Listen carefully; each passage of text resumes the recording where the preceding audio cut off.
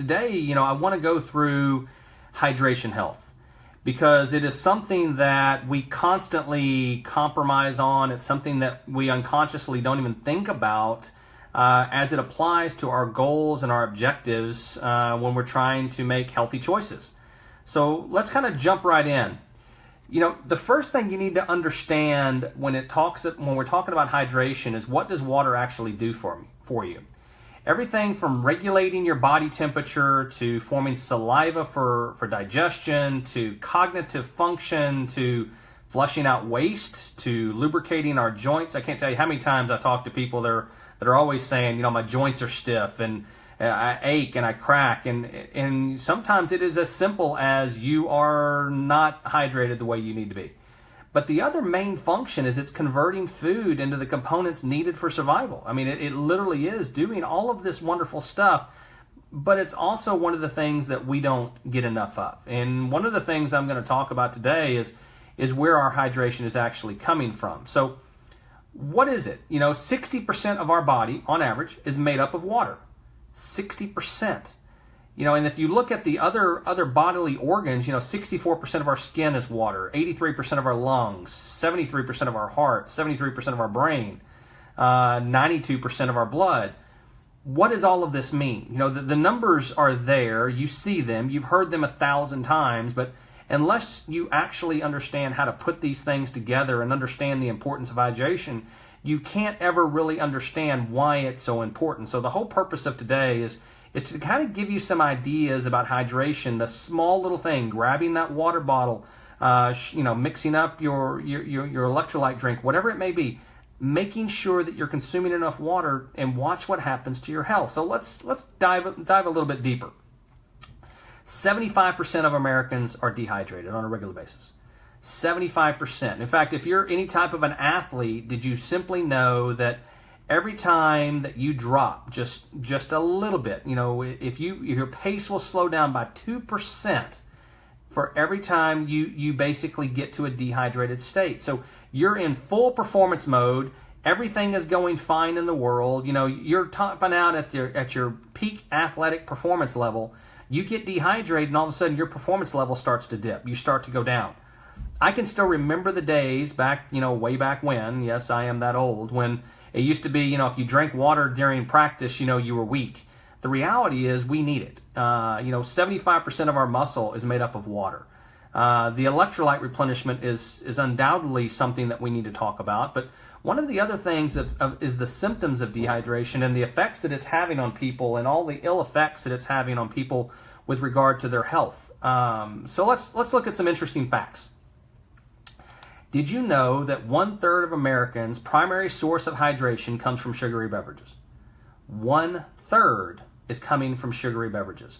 That means there are, 33% of the population in the U.S. is waking up in the morning, and what they're doing is all they're drinking is the sodas, the sweet teas, the fruit drinks. What is this doing to us? Well, if you look at the average day, okay, just looking at the average day of this type of consumption, you have your orange juice in the morning.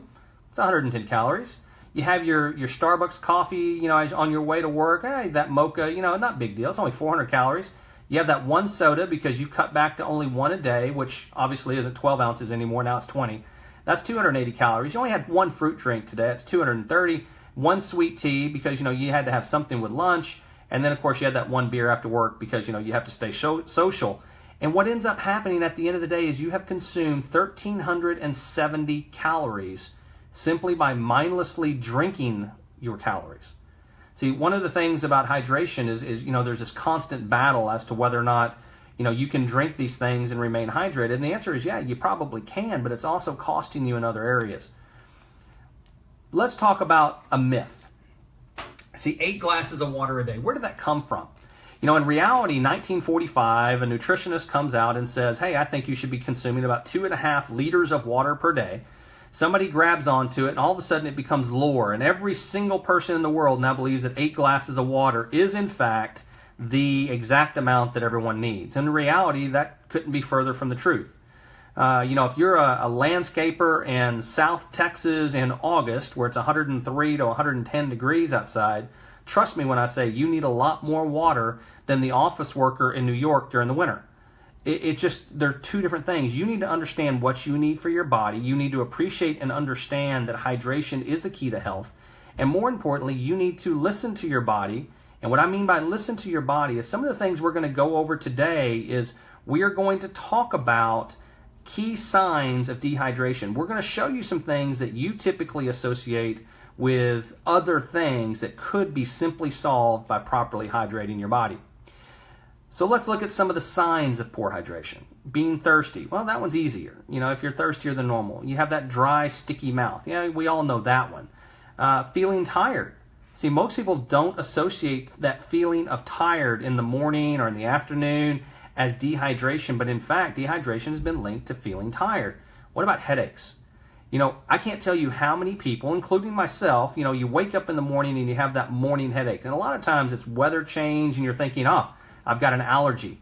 When in reality, it very well may be that the reason why you have that headache is because you just went through your sleep phase when you're not drinking, you're not eating, and your body is saying, hey, I need water. I need you to hydrate me. I'm giving you a headache to give you the sign that I need you to give me something. And then, of course, you also need to pay attention to the color of your urine. I mean, if you have dark urine, it's a sign of poor hydration. That's not a good thing. You want to make sure you're keeping close tabs on that. So what are the stages of dehydration? Stage 1 is mild dehydration. This is where you're going to get, thirst. You're going to have the dry, cracking lips. It's the inside of the mouth is slightly dry, or you're going to have that low urine output. You're just not going to the restroom that often. Unfortunately, we blow by this almost every day. I can't tell you how many people that when they have those dry, cracked lips, what's the first thing we reach for? Oh yeah, we go reach for the lip balm and other things to put moisture into our lips. We're not listening to our body. See, our body is telling us, give me more hydration. I need more water. This is my warning sign to you. Do something for me. Give me what I need. But unfortunately, people aren't listening because what we have done is we've created Band-Aids in our society to give people something to take care of an issue as opposed to getting to the root cause. So listen to your body. If you have any of these things, try increasing your hydration and see what happens. Now let's get into moderate dehydration. Now this is where we're beyond the thirst and now we're very dry mouth. You start having the sunken eyes. You know who I'm talking about. When you can see people that they look tired. They look like they haven't slept the night before. Or they have, low or no urine output and they're not producing tears. It's kind of like it's really cold outside and the wind's hitting you in the eyes, but you normally tear up, but you're not. You're into moderate dehydration mode. And you need to make sure that you're taking care of yourself, and more importantly, you're making sure that you're getting the hydration you need, because the reality is you should have water in your system at least every hour. And if you're not doing that, then you know that you're running the risk of and you notice I keep talking about water. I'm not talking about other things. I'm talking about water here. The body recognizes what water is and what to do with it. So let's get back to drinking water. I know a lot of people don't like the taste of water.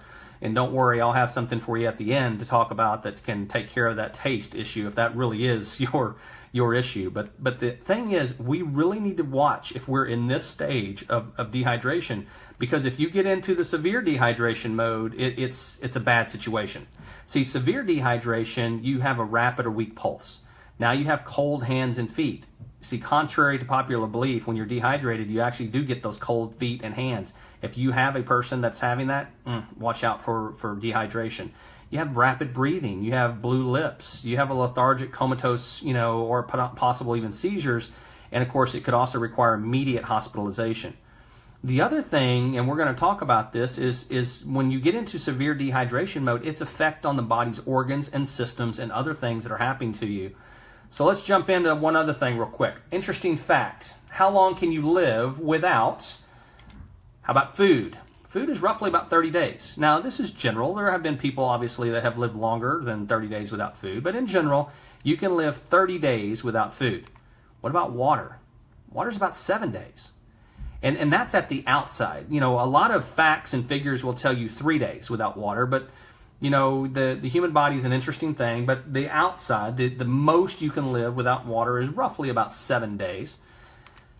Without sleep, it's only 4 to 5 days. Last week we talked about sleep, and most people don't appreciate or understand that, lack of sleep can actually cause death.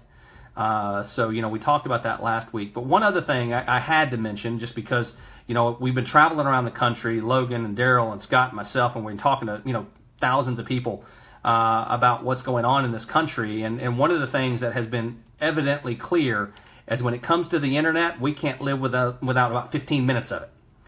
And, you laugh. I mean, they make commercials now about people who lose their internet and they're sending up flares and all kinds of other stuff.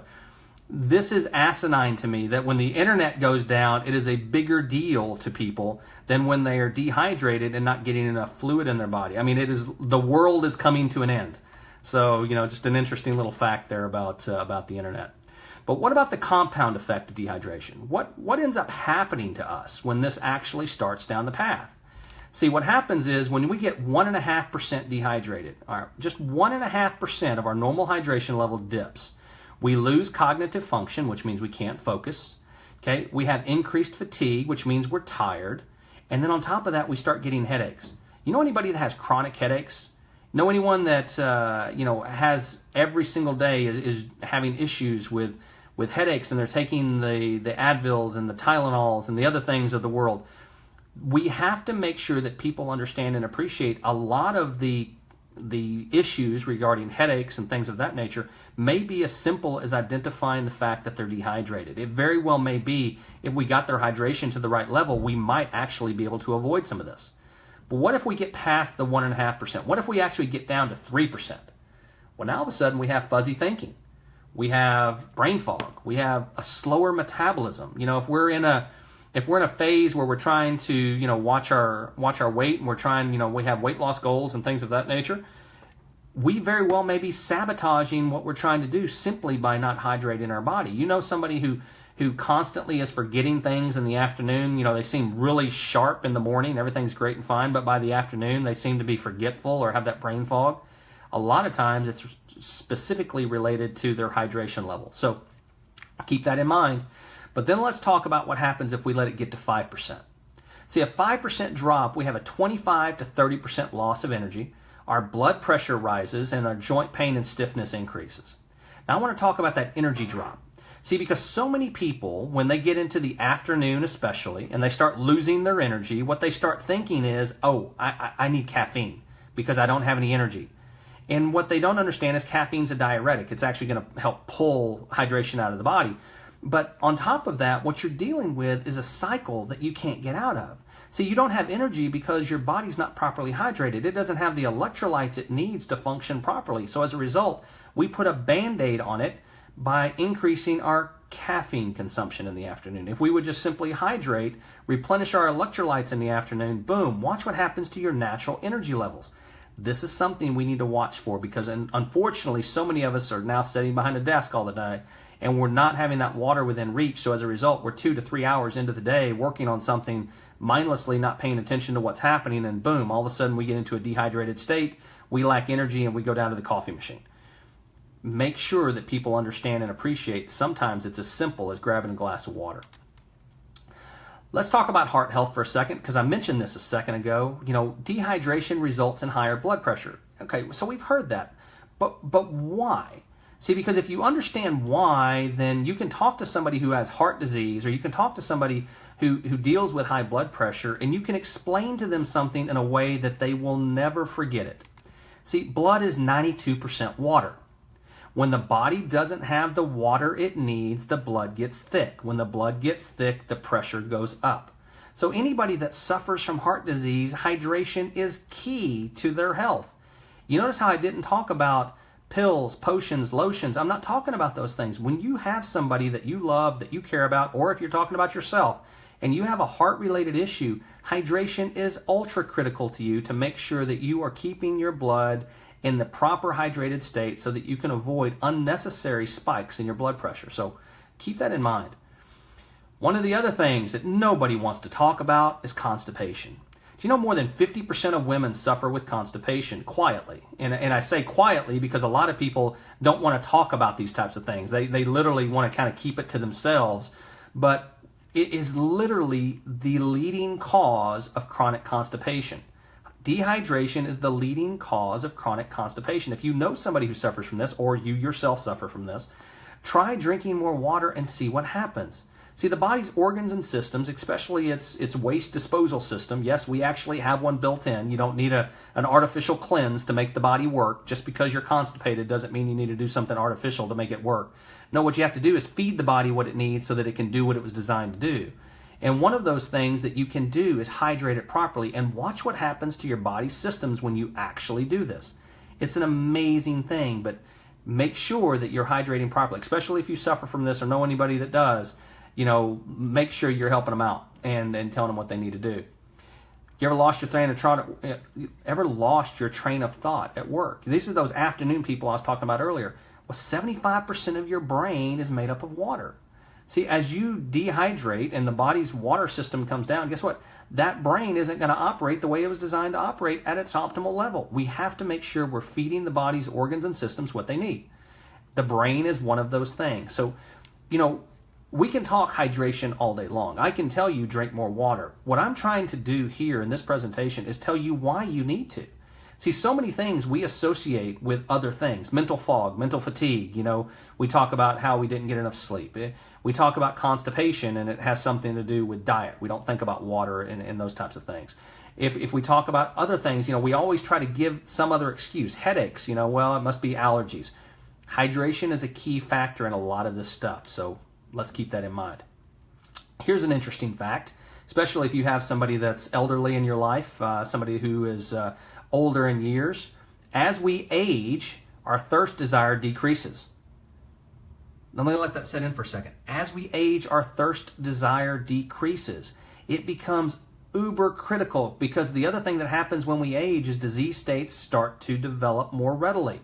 So people that are in this stage, all of a sudden the body's saying, oops, sorry, drop the phone for a second. The body is saying, hey, I'm not as thirsty as I normally am, but I'm also, I'm also not feeling good. I'm not feeling well. My joints hurt.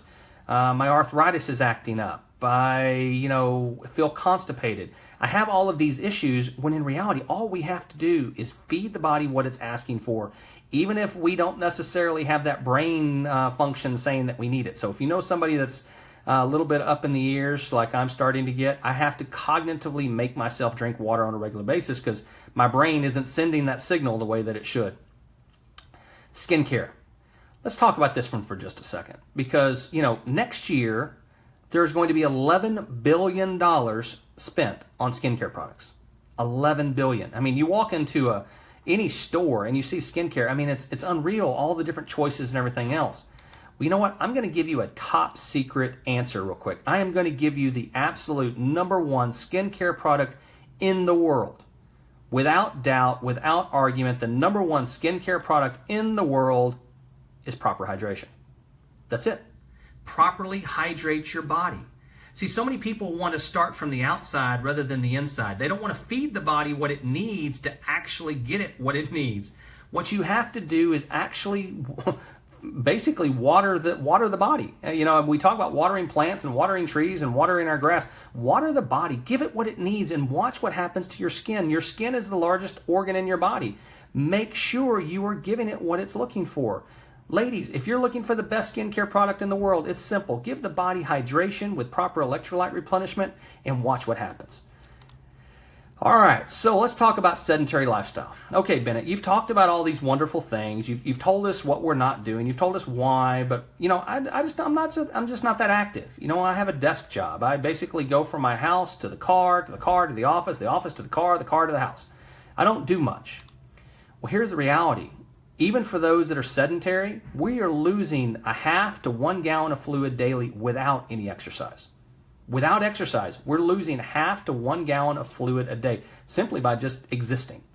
It's funny how much you actually lose while you sleep. If you want to really mess yourself up, look how much you sweat during your sleep. It's crazy how much fluid you lose into your bed. Then let's talk about if you do exercise. See, because the average person, when they do exercise, is going to lose anywhere from 32 to 64 ounces per hour. Now, this becomes critical. And the reason why it becomes critical is because this is a place where a lot of people get into the dehydration system and they don't even understand it, because they're thinking their hydration is based upon a daily intake, but they don't take into consideration what's actually happening at the gym. Because see, to actually get what you're trying to in the gym, to actually get the results that you're looking for, I mean, you're spending, good hard time, money, effort, everything else. We want to make sure you're maximizing your efforts. We want to make sure that you're maintaining your hydration. Here's a warning. Here's an alert for you. If you go to the gym and, you lose a pound during your workout, I hate to tell you, but you didn't just lose a pound of fat. In fact, what you just lost was a pound of hydration. You literally just lost a pound of water. So how do we replenish the body so that those muscles can basically be built? Because that's the whole reason why we're going in the first place. Let's do this. Let's weigh ourselves before we work out. This is just a baseline. We're going to find out where we are. Then we're going to weigh ourselves after our workout. Okay. Now what we're going to do is we're going to drink 1.5 times of the amount of weight loss in water. And what's going to happen is that's going to rehydrate our body. We're going to get back to the state that we need. Now, this is in addition to the other water that you need during the day. So if you're working out, this is how you actually get what you're looking for. These are the results. We got to feed the body what it needs. By the way, if you're mathematically challenged like my lovely bride, thank God she is, or we would have never met. Yes, I was her math tutor in college. Then here you go. Here's the formula. For every pound you lost, it's 16 ounces of water. So if you lost a pound during your 1-hour workout, hey, drink a bottle of water, rehydrate the body, get it going, get it into your system as fast as you can. Now you're ready to go. So you need to drink, remember, 1.5 times though. So if you lost a pound, you need that 1.5 bottles of water. So make sure you're getting what you need. But the idea here is making sure that you're getting the results in the gym since you're spending the time there. Now here's an interesting fact. The brain does not differentiate between hunger and thirst. It doesn't tell the difference. So when your body is signaling you that it's hungry or thirsty in your mind, the issue is it sends the same signal. So you don't really know which one it's sending. You don't know if it's food that you need or it's water that you need. And what's interesting, if you're grabbing the right types of food, guess what? There's plenty of water in them. If you see these things, you see the percentage of water that are in these foods, and they can properly hydrate the body. That's simple. That's easy. But what happens if you don't grab those types of foods? What if you're not grabbing those natural foods and you're grabbing the processed foods? See, the problem with processed foods is this. They are stripped of a lot of the moisture that naturally occurs in real food. But see, if your body doesn't differentiate between hunger and thirst, and you are actually thirsty, but you believe that you're hungry because that's the way you're reading the signal, and you grab processed food, how much processed food do you have to eat before that thirst is quenched? Now, I want you to think about that for half a second. I've now shown you why so many people overeat when in fact all they are is thirsty is because the body is trying to get the hydration it needs because it sent a signal. We've misinterpreted the signal. And now what happens is we're in an overeating state because the body's trying to pull the hydration out of the food to properly hydrate itself.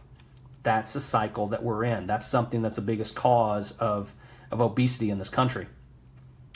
Well, let's look at our weight loss goals. Did you know 16 ounces of water before each meal will not only reduce how much you eat, but it'll also help maintain weight goals?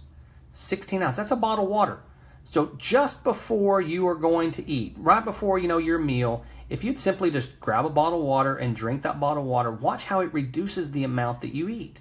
The other thing you should know, the number one thing needed for digestion of food is oxygen. So let me make sure you heard that. The number one thing needed for digestion of food is oxygen. In other words, put the fork down between bites, take a couple of breaths, and grab the next one. You ever wondered why when you're at dinner parties and you're there with friends and you're eating and you look down and you notice you've only eaten half your food but you're full? It's because so many of us eat like we're in the military. You got 7 minutes, ready, set, go. Here we go. The fork never gets put down and we're just shoveling. If we would actually take our time, drink our water before, and actually take a breath in between bites, watch how less you eat. Watch how you get into a more healthy state. So simple little hack there to help you out. But here's something some research scientists found out that was really interesting. If you add simply 3 extra bottles of water per day, okay, just 3 bottles of water per day to your diet, okay, other than what you're currently doing, that is going to equal, on average, a loss of 5 pounds of fat per year.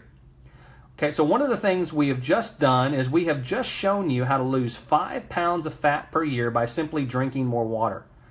That should be mind-blowing for people. I don't know anybody who wouldn't want to lose 5 pounds. I don't know anybody that has struggled in a gym and other places to try to lose 5 pounds. The reality is it's slow, it's meticulous, but it's also easy. Just add some extra water to your diet and watch what happens. Your body will flush it out. That's part of what's going on.